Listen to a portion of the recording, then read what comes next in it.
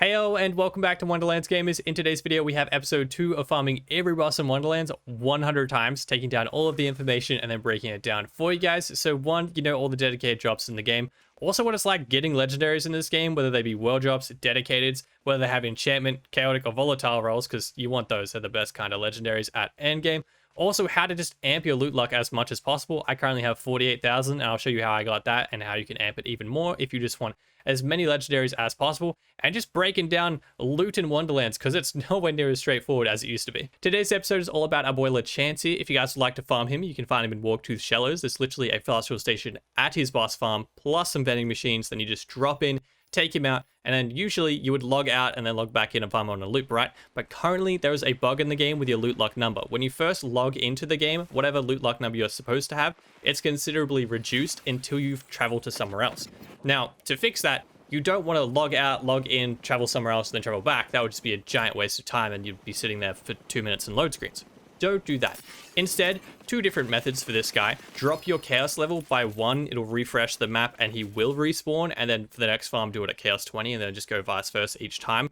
I didn't personally do that because I didn't want to reduce my drop rates at all and scuff with my numbers. Instead, you can fast travel to Brighthoof, turn around, and that portal directly behind you in the center of town will instantly port you back to that fast travel station that is right at his boss farm, and your loot luck number will stay the same. He'll respawn and you'll be good to farm him on a loop like that. Rather than logging in and out, you're pretty much just logging to Brighthoof and back. It's pretty much the same thing. One quick note is difficulty does not change dedicated drop rates, legendary world drops, chaotic or volatile drop rates, or anything like that. It literally will not affect your weapons at all. The single thing it changes is if you are in intense mode, you will get more moon orbs and gold drop rates versus if you're in balanced or relaxed. But weapons wise or gear wise of any kind doesn't affect anything. Instead, what the entire system is based off is your loot luck number. To find it, go inventory, skills, hero stats, and then underneath your class power, you'll find your loot luck number. Now, currently I have 48,000, which you can go higher, but it's probably higher than what 98% of you watching have.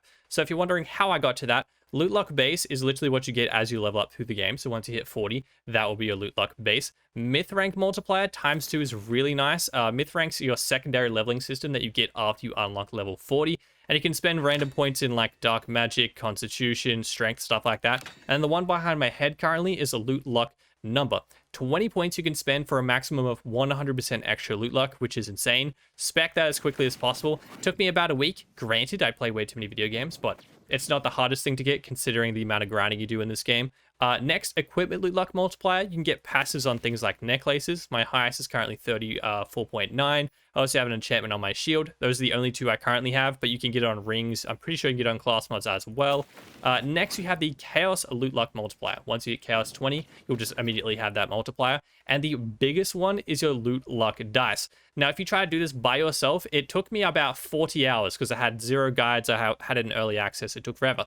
So I made the guides for you, and if you run through those as you're doing your playthrough, or if you finish your playthrough, go back around real quick, it'll probably take you an hour, maybe 2. Like, it won't take very long versus about the 40 hours I spent, but it'll give you a 3x multiplier, plus once you have all of them, 1.35 on top of that as well, which is really, really good. If you want dedicateds, world drops, legendaries, anything good in this game, that'll save you so much time, factoring in the time it takes to collect them all, especially. And then the final one is the Shrine Loot Luck Multiplier, which you can get in the overworld. It's just an extra 1.25, getting you to 48,000. And now that you know how to get an absolutely cracked amount of loot luck, let's get into the actual loot itself. Our boy LeChance has at least 3 dedicated drops. I know that for an absolute fact. I'm pretty sure he has a 4th, and I'll get into why in a second. But the first one is the peg leg. The peg leg is a melee weapon which drops in all elemental types, including non-elemental. You can get it from this guy or in the world drop system as well. Has kind of a low base damage number, but the passive is really, really good.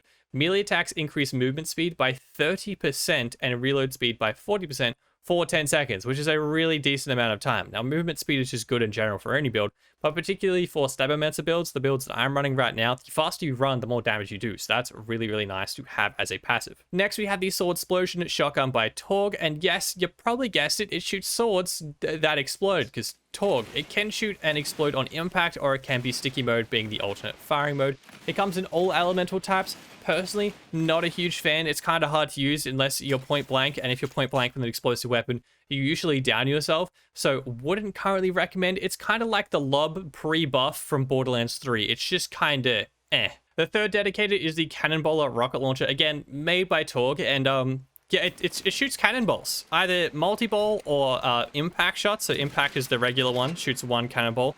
Lob shot and will eventually explode. It does bounce around the rim first. And then the multi-ball shoots 4 cannonballs. That was only 3. It shoots a random amount of It shoots a random amount.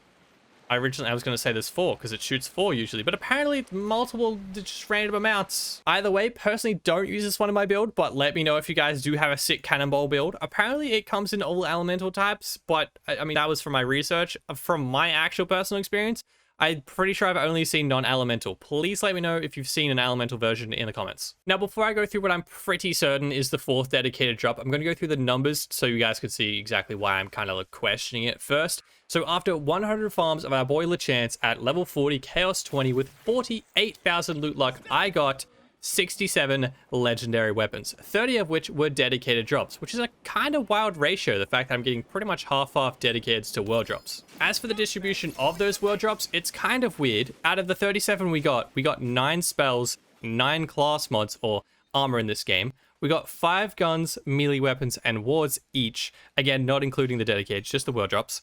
3 necklaces and 1 ring, which compared to Zomboss, we got the most amount of world drops in spells again, and we got barely any rings and necklaces. So it kind of seems if you're trying to get those, just go the bunnies at the end of the Chaos Chamber, because you're not getting many world drops from farming bosses that are specifically rings or necklaces. Now, as for the all-important dedicated drops, out of the 30 we got, 13 of which were peg legs, which was by far the majority. And historically in other Borderlands games, the game decides, yep, we're dropping a dedicated this farm, and it'll randomly roll between the loot pool the boss has, usually being 2 to 3 legendaries. Absolute maximum is 4.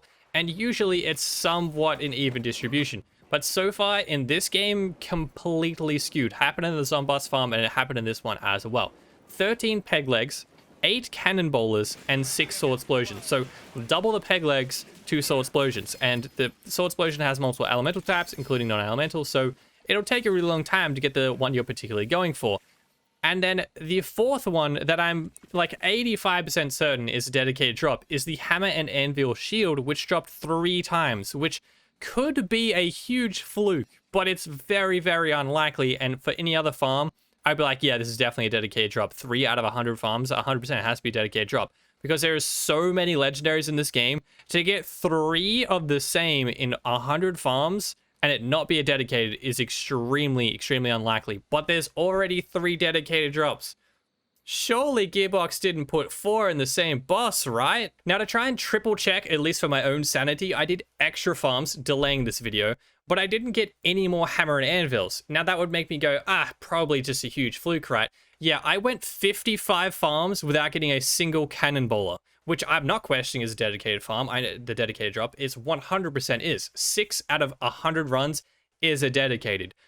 But I went 55 farms without getting a single one. And if there is 4 dedicated drops, it would not surprise me in the slightest if the hammer and anvil is just getting screwed by RNG because the peg leg is dropping 3 to 4 times more than everything else because RNG. So I'm going to say with 85% confidence that the hammer and anvil is a dedicated drop, but help me out in the comment section. Have you guys farmed LeChance, and have you guys got a hammer and anvil shield from him at least twice? And that would confirm it for me 100% that it is dedicated. The shield, by the way, is actually a very decent shield. I've used it in my build before. 6,400 capacity is a huge amount of survivability, and also has a passive on top of that. When taking damage, while ward is full, summons a hammer that floats around your head. It's the same as Clawbringer's hammer, and it seeks out nearby enemies, dealing melee damage and knocking them back. And finally, the enchantment, chaotic, and volatile drop rates. These are the best items at endgame. If you're trying to run Chaos 20 and your damage is kind of lacking, you need as many chaotics and volatiles in your setup as possible. They're just better versions of already existing legendaries with higher damage stats, higher capacities. And you want to try and have the best enchantments on them as possible. So out of the 67 legendaries we got 15 enchanted items, which, to be fair, you can add enchantments on items that don't roll with one at all, but it does cost moon orbs to do that, and you can eventually brick an item where you can't re-roll it anymore. As for the chaotic drop chance, that was very interesting. We got 25 chaotics out of the 67 legendaries we got. which is not only double the amount of chaotics we got from the Zomboss farm, it's supposed to be a fixed percentage, which, if you guys didn't know, go chaos mode, scroll all the way down in stats, and you'll see your chaotic gear drop chance being 28%. But I'm testing that because it seems to be all over the place, and I'm also testing it compared to world drops versus dedicateds.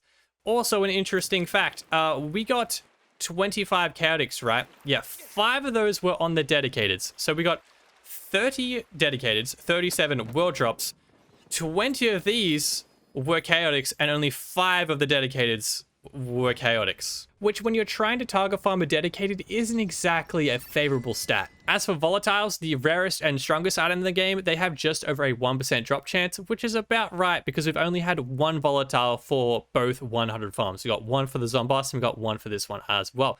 Problem is, I got it on a world drop bread slicer. So again, if I was target farming a dedicated, I still didn't get a volatile after not only 100 farms, but I still didn't get one after my extra like 30 to 50 runs, however many I did.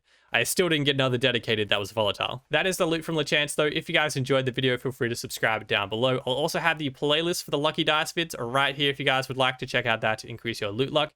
We also have a Twitch we stream to every night just after I post my videos. I have a second channel with Minecraft content. All linked down below if you want to check out those as well. I'll catch you guys next video and a live stream. Till then, have a fantastic day. Adios.